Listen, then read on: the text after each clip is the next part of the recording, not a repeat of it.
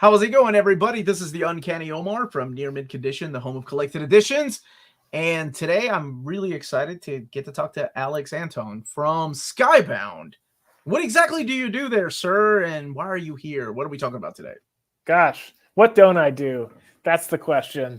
Okay. Hi, I'm Alex Antone. I'm the editorial director at Skybound. I've been at Skybound for almost 5 years, 4.5, just about. And I'm a comic book editor. I've been a comic book editor for a really long time. I think I'm coming up on 15 years. Might be a couple years shy of that, but I'm going to round up to 15.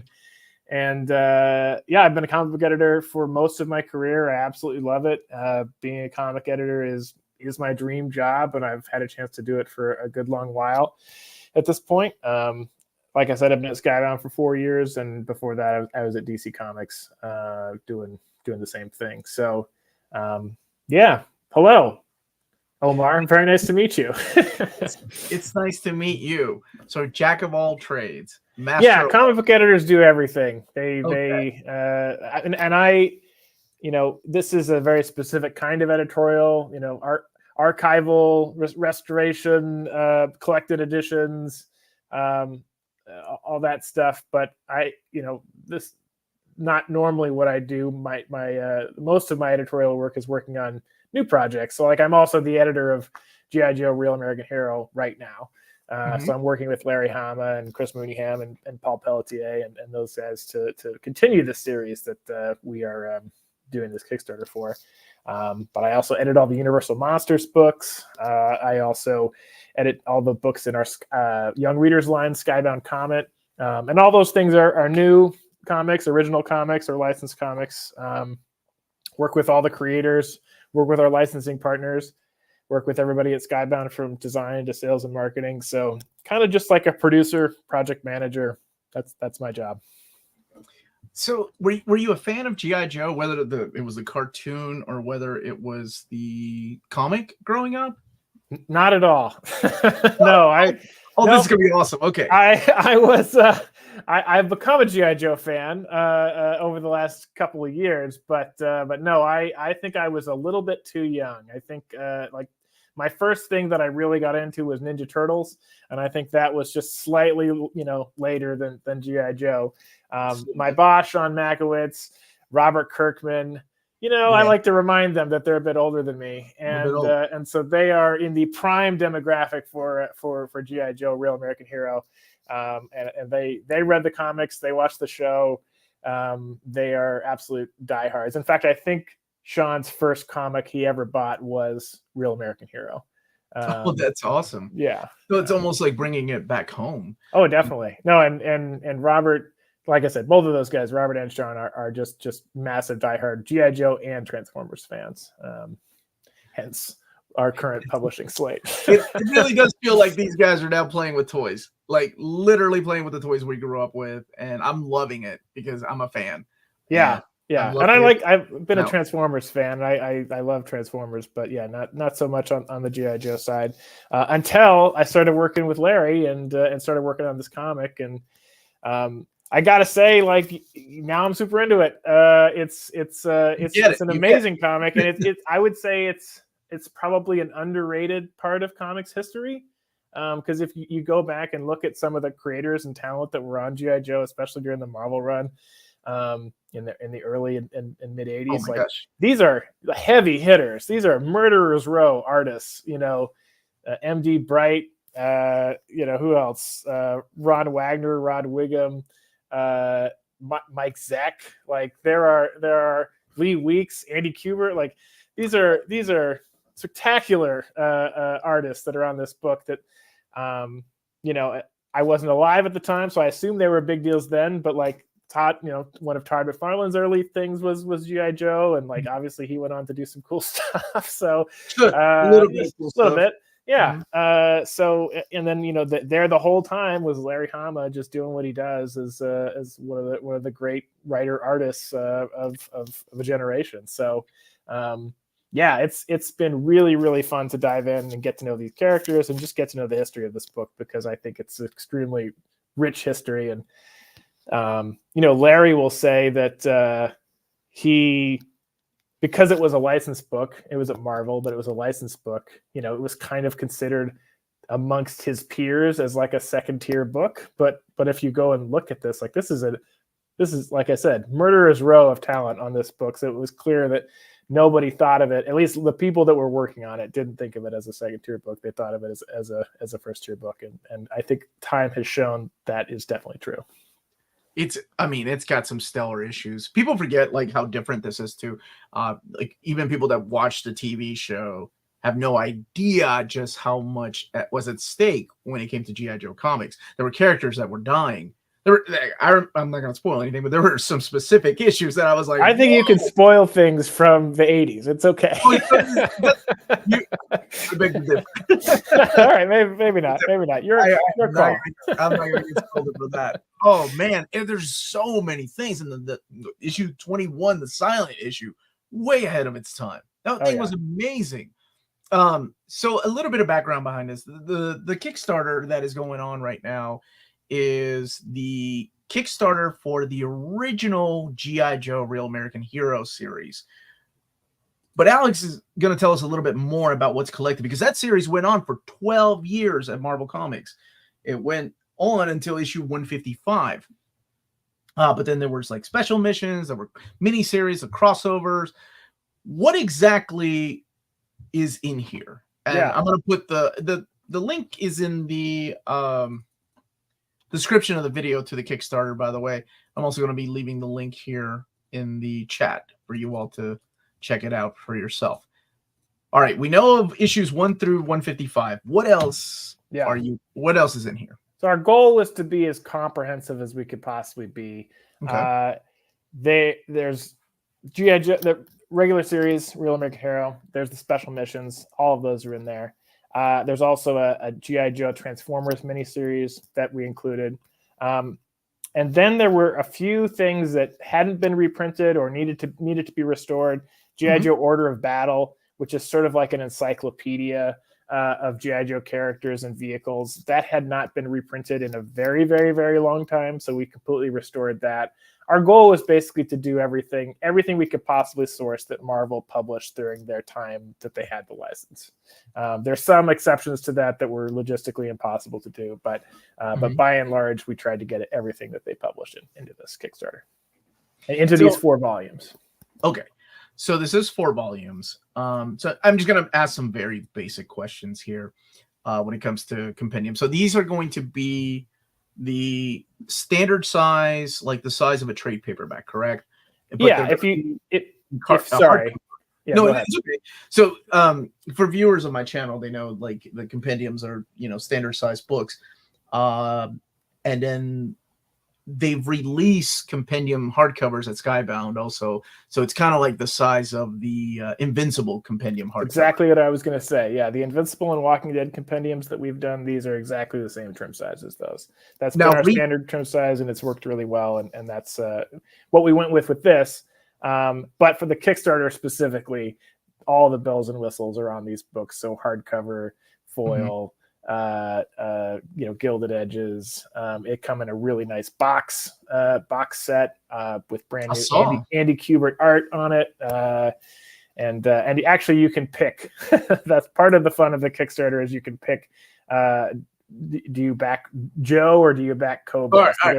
Oh man, there's so many questions I have for you because I've been eyeing this thing for a long time because a lot of my viewers have been eyeing it and they're like, oh man, what are you gonna do? Which one are you gonna get?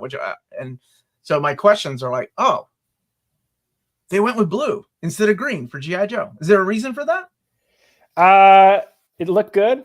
It looked really good. I think we liked a red versus blue kind of general thematic here. And we just thought it looked really good. Okay. And did the thought ever occur of mix matching colors? I can't be the only person that's asked that. Like one Joe, one blue, one red, one blue, one red. Like getting to pick the different colors of. It would be really, really hard to figure out how to fulfill that. Okay. A lot of the decisions were made to keep things logistically plausible. So once we decided there's going to be a Joe set and there's going to be a Cobra set, that and they were going to come in a box. that pretty much locked in. You had to pick one or the other. It wasn't gonna be possible to take the Joe Volume 2 and the Cobra Volume 2 and put them into the Joe box or whatever. Alex, there's absolutely a way to do that. You just gotta buy both. You just not at the printer, no, because it's all gonna be no. No, I'm saying you just gotta buy both box sets. Yes, you can definitely just get both. Yes, well, that's find a buddy. Absolutely, going to kickstart one box set. You get the other box set, and then you can trade, mix and match if that's the way to.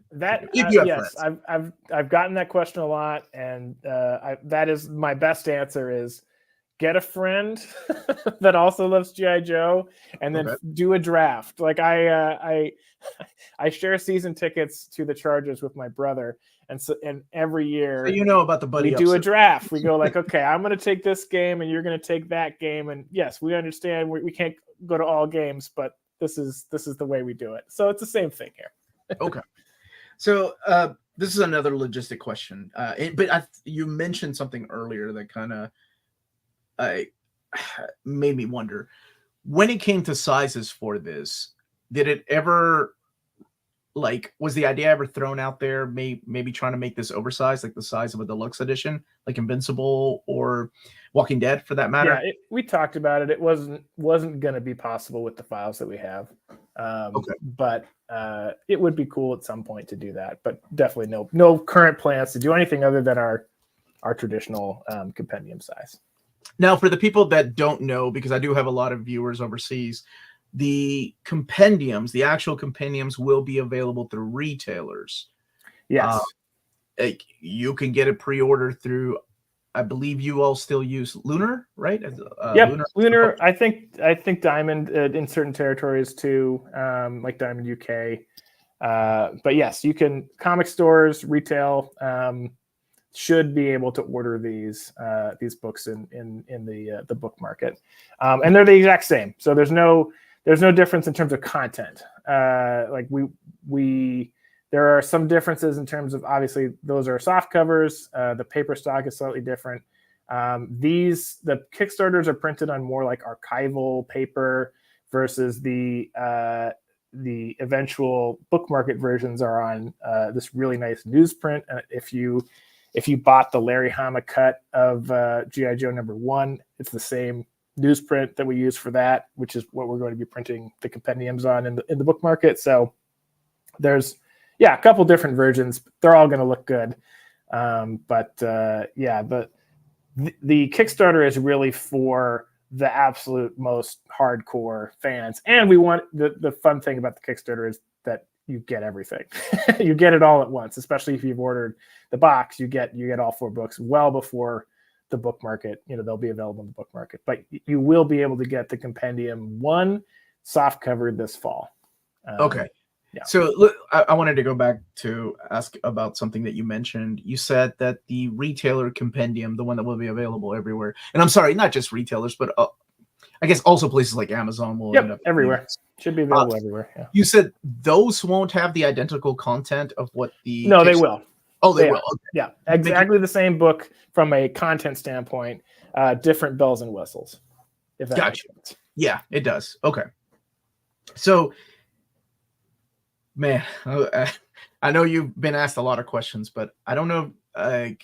You're the editor on this project, right? Yes. So one of the things that you probably know of is just how, when it comes to collected editions, people are really nitpicky about mapping, right? Sure. Yes. Okay. So how was it? How did you all go about mapping these books out? What goes into what book? Because there are some mini series that kind of go in between certain issues and things like that. How does that process go about? Yeah. So we decided to go with the official, quote unquote, official. There is no real official reading order. Everything is kind of subjective. But we consulted with our official consultants on G.I. Joe to come up with what the ultimate reading order for this is. So the special missions slot in thereabouts where it feels like they should, as it relates to the timeline. And then when there are crossovers, of which there are a few, we didn't want you to have to, if you were reading book 1 or book 2 and then suddenly have to flip to book 4 to read the crossover issue in the special missions series. We didn't want you to have to do that. So we wanted to include it in the quote unquote official reading order to make it as easy as possible for someone who was reading this for the first time to actually be able to follow the story. So that's how we ended up with the order that we have. And then there was a few things that just felt like the Transformers series is sort of continuity adjacent. So that's why we kept it at the back. And then obviously Order of Battle is an encyclopedia. So there wasn't really any need to include that anywhere else other than the back. So ultimately we ended up with a reading order that felt right. There are in G.I. Joe yearbooks 2 through 4, there are original stories. So those are included where they are in terms of where those stories made sense to slot. G.I. Joe yearbook number 1 was entirely a reprint. In fact, it was mostly issue number 1 again. So we originally didn't include that at all, except for the cover. But we got so much feedback from the fans during this Kickstarter that they really wanted to see some material from the yearbook, even though it's, pinups and some recap stuff. We decided ultimately that we would include that, and that's going to be in Compendium number 2. So, okay, so I did mention it's like bringing it back home because for people that didn't know, Image had started a trade paperback program in the early, I want to say it was in the early aughts. It had brand new covers by Jeffrey Scott Campbell, reprinting the classic G.I. Joe Real American Hero from Marvel. And then eventually it went over to IDW. Now, when it went over to IDW started releasing their continuation of G.I. Joe Real American Hero with issue 155. I think it was 155 and a half. And a half, yes. That's where it started. But it's a continuation, kind of like the way they did the Transformers Robots in Disguise with Simon Furman, but this time it was Larry Hama coming back to the book. Now, I know this has been asked, and there is a certain era of IDW that they wrote a continuation to G.I. Joe. And then at Skybound, you guys kicked it off with a continuation of Larry Hama writing the stories of Real American Hero. Yep. So there is enough content for more hardcovers. I assume the thought has already crossed your mind. Are you asking if we will run a future Kickstarter campaign for issues 155 and a half through 300? Is that your question? I would never ask. But if that's what you think I'm implying, then yes, that's exactly what that sounds like a really good idea. And that's all I'll say about that. But we know there's definitely a fan base of those books. And we know that a lot of them were frustrated by the fact that IDW didn't finish collecting those books. So we definitely want to make sure that all the Real American Hero content is available to everyone at some point in some format. So stay tuned. So when archiving these books and when looking, there is a lot of things that that can be added to books like this. So speaking of extras and goodies, like, is that what kind of things we're going to be seeing in these hardcover compendiums, or the compendiums that will go available everywhere? In terms of, we're keeping it to the original series. So it's not like we're going to add new story material or anything that. Yeah. I'm sorry, I meant like extras as in like original art or script or things that you would find in the IDW, because they released hardcover editions of G.I. Joe, A Real American Hero, and they had a bunch of extras and goodies in the back. Yep. Bonus, they had some, I can't remember the guy's name, Mark something. I cannot. The editor? Milano? There was I think it was maybe the Marvel editor, or there was somebody that was doing some work on those complete collections that they ultimately abandoned at volume 8 or something like that. But yes, they did include some special stuff.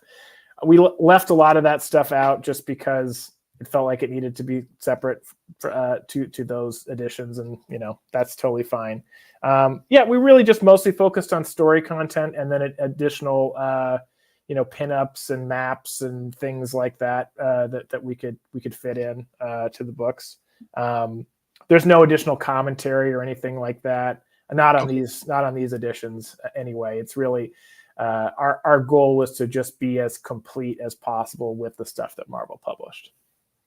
When we're talking about paper size, and because we talked about the paper stock, how big is each book? Like, what are the pages? Oh my gosh, they're huge. So the max page count to keep the paper stock that we wanted was 1,224 pages, which is That's really precise, hefty book. And yeah, if I could have included more pages but kept the same paper stock, I probably would have. But at a certain point, these books become so crazy that you can't bind them.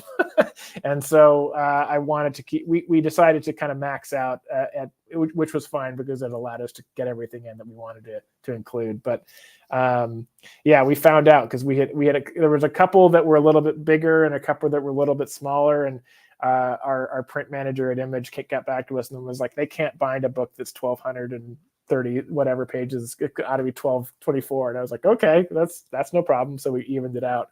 But yeah, I think the smallest book is like 1,200 pages and the biggest book is 1,224.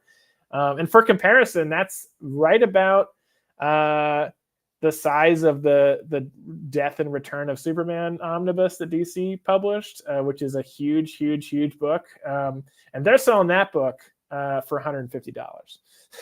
So we're selling 4 of these books for $75 each, which I think is a pretty dang good deal. And you get a box.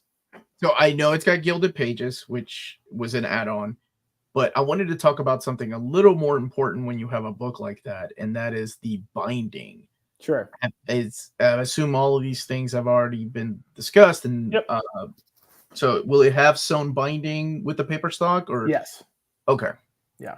They're going to be very, very nice in terms of the binding. Yeah, it's sewn binding. I'm not an expert on this stuff, but our designer Andres Juarez is, and okay. Yeah, he I had asked him earlier to describe the binding. Yeah, it's stitched binding, and it's I'll have to find the official term, but I was told it's quite good. Okay, gotcha. And just to clarify one more thing, because people are asking about the compendium and the difference, there is a retailer option for the Kickstarter too, where your retailer, in case you live in another country, or in case you yourself have never Kickstarted anything, there is an option for your retailer to order a set too, or as many sets as you want. Yep. And maybe that could be the way they can mix match colors. Good point. Yeah. Yeah. So for people that are wondering, you could ask your retailer to order you a set, and that can all be found through the actual Kickstarter. Yeah, and if you're a retailer, you can order this. If you have customers that are big G.I. Joe fans and don't necessarily want to wait for the soft covers, or you want to make these hardcovers available to them, we have a retailer tier. All you have to do is sign up for it. It's a small amount of money at the beginning when you sign up for the tier, and then eventually you get the in backer kit, which is the period after the campaign where you're actually finalizing your orders and doing add-ons and giving us your address and stuff. At that point, you'll be able to add on basically as many copies of these books as you want at a retailer discount. So the retailers will actually be able to sell these and make money, which is important to us because we love our retail partners. So we want to make sure that even though this is not a traditionally distributed book, that we have these books available to them should they want it. So Alex, I guess this is a really easy question. Maybe not an easy answer. Really easy I'll be the judge of that. Go ahead. Okay. Why Kickstarter to begin with? Like to see in this series, or because I don't think how many Kickstarters has Skybound done in the past? We've done a lot. We haven't necessarily run them under our own account, but we've been doing Kickstarter since 2020. And yours truly has done them all. We started with a book called Ava's Demon, which was a web comic that we loved that eventually we published through Skybound Comet, which was a young readers line. But that was kind of the first success that we had on Kickstarter. And we found that it was a great way to reach people that maybe we couldn't reach otherwise. And especially if there's a fan base that's deeply engaged on whatever it is that they're into. These are the most important fans of something, and we wanted to give them a special experience. And we didn't want to do anything that took away from or diminished the book market or retail release of the book. That's still extremely important, and that's the long tail of publishing, which is having things available in bookstores and on Amazon and comic book shops forever. Like, that's really, really important. But for the initial release of the book, it's fun to do like a celebratory Kickstarter campaign that helps us raise money for the book, helps the creator get paid, helps make sure that we are able to make the best possible book we can, and do all the crazy bells and whistles, do all the foils and hardcovers, and deliver cool, like, unique fan experiences, book plates, that kind of stuff that we wouldn't necessarily be able to deliver otherwise. Okay. There's a lot more to it than that, but that's the short version of that answer. I'm sure there was a lot of thought into doing it this way. The question that I've been asked a lot, and I didn't have an answer outside of your retailer can order this for you through the Kickstarter, is will this be available through Lunar to order in the future, the hardcovers individually, or is it just a one-time print we're doing it at Kickstarter and that's it? Yep, we're printing it one time on Kickstarter and that's it, and releasing it through Kickstarter and that's it. Okay. If you're a retailer and you want to get these books, you got to back the retailer tier and we'll work something out, because like I said, we definitely want to make sure that we're able to provide these books to as many retailers as want them. But this is a special one-time experience for the fans, and then eventually, like I said, the long tail of these books. We have exclusive covers for the book market editions of these, for the retail, direct market editions of these that are soft cover, and those are going to be really, really great too. So it's just a matter of which ones you think your customers want, those are technically slightly cheaper than these, so it's a better deal for them. What is the price difference between them? Yeah, the Kickstarter version is $75 a book, and the retail version soft cover is $64.99. So $10 less bucks per book. Mm-hmm. And you don't have to pay for shipping. There's a shipping element that is on Kickstarter, but is not on, obviously, retailers and consumers in the book market. All right, Alex, let's talk bells and whistles. What has been added? What has been added in terms of so like I saw some cards. Oh, okay, gotcha. You want merch? So I got to fulfill my dream of making trading cards. As someone that was a big trading card kid growing up. Like I said, most of my job is not running Kickstarters; it's editing comics. So that's what I was very excited to reach out to these artists and get them aboard to do some cool cards. Chris Mooneyham. I tried to get people that either had some history with G.I. Joe or people that maybe will be working on G.I. Joe in the future. That's a hint, spoiler, maybe. Chris Mooneyham, obviously. Larry Hama's doing cards, which is awesome. Pat Olaf is doing some cards. Ron Wagner, Rod Wiggum, Lee Weeks, the amazing Lee Weeks is doing. He did 2 cards. He did a Serpentor card and a Stalker card. And I believe, as of the recording of this podcast, we are maybe $20,000 away from having him do 2 more. So, which are going to be voted on by the fans. So that's been really fun because we launched with 6 cards from each set. There's a Joe set and there's a Cobra set. There were a fan vote on these cards, and we tried to include as many characters as we possibly could for fans to vote on. And the fans voted, and the first round of results came in, and so now we're doing more cards based on who they voted for. And then we unlocked some more stretch goals because this campaign just keeps going up and up and up. And so we decided to pay for some more cards from these artists. And yeah, I'm just making cards on cards. It's been really, really fun. And those cards are included if you get the box set at no more money, no additional charge. So very, very cool. And yeah, from there, book plates, that was a very hot item of much dispute in the comments section. Larry Hama is just one man, so he can't sign 4,000 book plates or 10,000 book plates or whatever. But we got him to sign 500 to start, and then we got him to sign 500 more. We're really, really happy that he was able to do that. And obviously I wish that everyone could have had a book plate, but not possible. So book plates. What else you want to know? Right, like going to convention. Oh, absolutely. Yeah, Larry is around. He's doing one convention this weekend. He's doing another convention next weekend.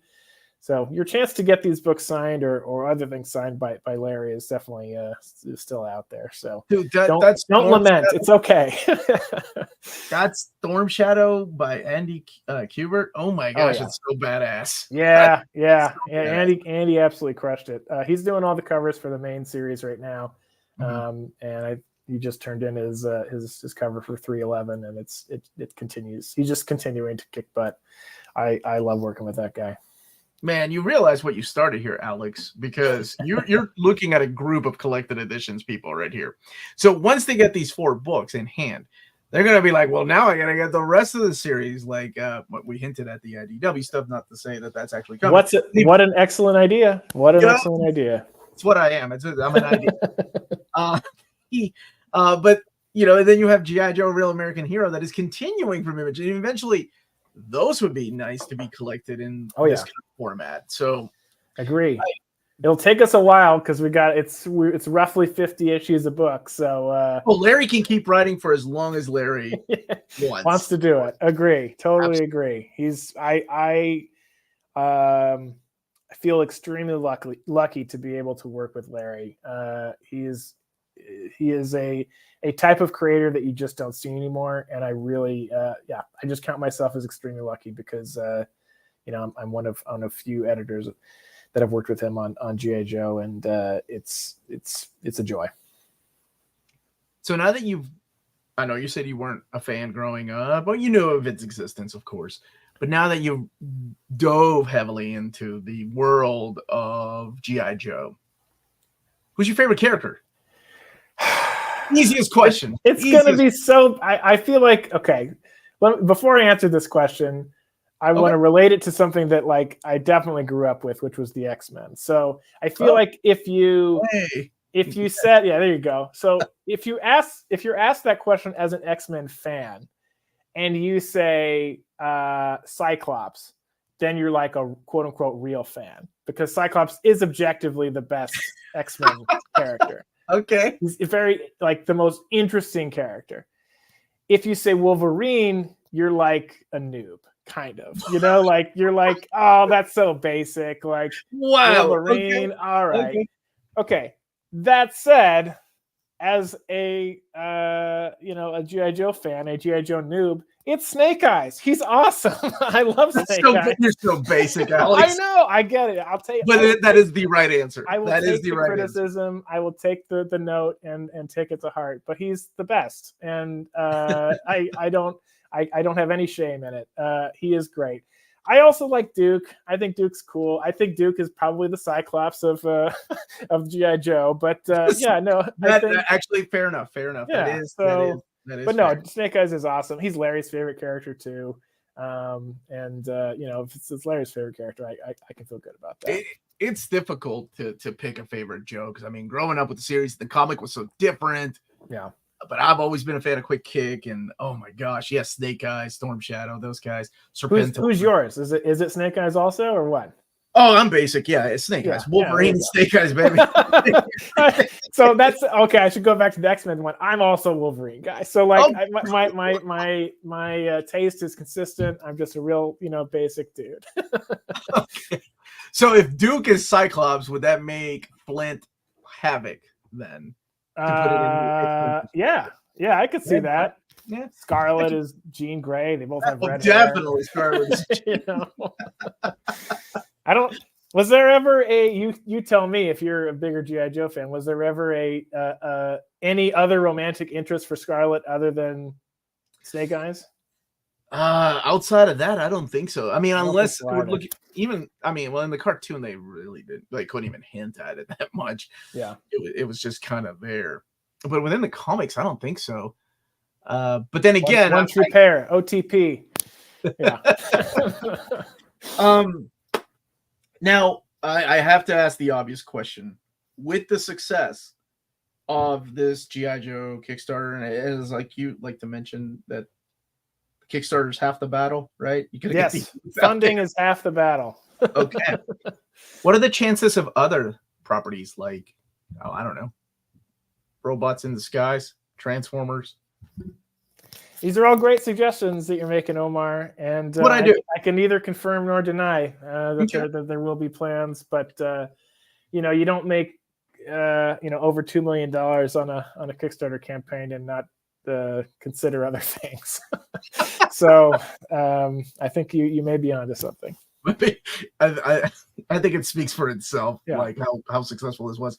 Well, I'm very happy for you all. It's wonderful because there's this whole thing about comics, and I know we got to start wrapping up, but like one of the things I always hate seeing is like, oh yeah, the comic market is dead, like there's not enough interest in it, and then I see things like this, and I'm like, hell yeah, this is comics. I mean, if people love something enough, they're gonna go out and buy it, and I can guarantee you, and you probably know this more than I do, there are people that have never bought a comic book, that are kickstarting this for the first time because they were a fan of the show, they were a fan of the toys, and they're like, well, what is this? That's a cool box. Yeah, or they're a fan of comics history, which is kind of where I'm coming at this from. Like I was not a G.I. Joe fan growing up, but have become one, obviously, since working on it. But then, it was important to me that we got those quotes for the Kickstarter page from Robert and from Jeff Johns, guys that like have gone on to very long, successful comic careers, because they both cite G.I. Joe and specifically Larry Hama's run on it at Marvel as a very key influence to how they approach their writing and their stories. So I think Robert's quote is something like, it's a historic series, and I'm so happy it's finally getting the attention it deserves. And I couldn't agree more, because I think it is an important part of comics history, and I can't wait to have all 4 of these books sitting on my shelf. And since we're here, I also wanted to say, if you're listening to this and you have backed the campaign, thank you so much. This was the support has been unbelievable. Absolutely, we expected it to do well, but we did not expect it to do this well. This was really a wonderful surprise, and it just goes to show that the G.I. Joe fans are some of the best fans that are out there. So we're doing our best. We're doing our best to make you guys happy and do good stuff. And I hope you like the books when you get them. We're working really hard, and I know I'm going to be really proud of the work we've done when all is said and done. I do want to address this question because I'm not really sure. I know that on Amazon, the Transformers Compendium Volume 1 was listed. I didn't know if it had a content, though. He's asking if the Amazon listing is wrong for the mapping, because that needs work for the compendium. I haven't seen it. Yeah. I can't really speak to that because I don't work on that book. But I can, Just know, obviously, we want to do the best versions of all these books. So that's our aim. All right, this is one for you. Or I can. I've never read a G.I. Joe. What are the best stories in the box set? I've never read a G.I. Joe comic. Sell me on it. If you had to pitch something, what are the best G.I. Joe stories that you think? Obviously, the silent issue is a historic issue that everyone should read, and that follows. That is the introduction of Storm Shadow in that issue, and in the following, I don't know, 8 to 10 issues, you get a lot of Arashikage clan stuff. You find out Snake Eyes' origin. You find out what the connection is between those two characters, and I think it's safe to say that, like, once Storm Shadow was introduced to the series, it just continued to build what was already a lot of momentum. So that's definitely going to be a favorite a favorite issue and a favorite storyline that a lot of people are going to want to follow. And then it's not a huge deep cut, but there is an issue later in the series. I think it's issue 108, where this new character gets introduced called the Saw Viper. That is, like, I don't know. He to me reads like an absolute psychopath. Like, if you wanted to put the Joker into this book, that's this guy. He's just an absolute maniac, and he takes out a ton of G.I. Joe characters all in one issue. And these are not little characters. They're not huge characters, like characters that have been in it from the beginning, basically. I remember how shocking that was. The War in Benzene, I think is what it was called. It's absolutely stunning issue. And then if you've never read a G.I. Joe comic, I won't spoil how that ultimately pans out, but suffice to say, revenge is had. And I think you should definitely read it to find out how.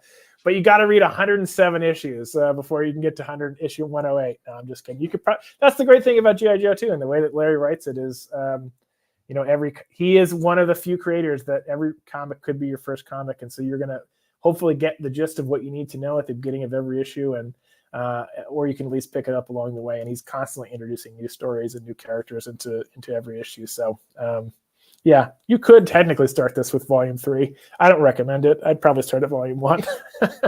Well, Alex, I just want to thank you for your time, for being here. I know you all are super busy, and a big thank you to Shannon for setting all this up. And I hope that Alex was able to answer some questions. And if you're kickstarting it, you still got a few days left. It's a big Kickstarter, and they're adding all kinds of bells and whistles to it. We got comics, more comics. If you are kickstarting it, let us know, Team Joe or Team Cobra, which one you're getting. Thank you again, Alex, for being here, and you're always welcome back, especially when you do more of these. Maybe yes, more archival projects, and I will just get more experience under my belt, and can't wait to talk about it. Awesome. Everybody, thank you for watching. Smash that like button on the way out. Have a great day.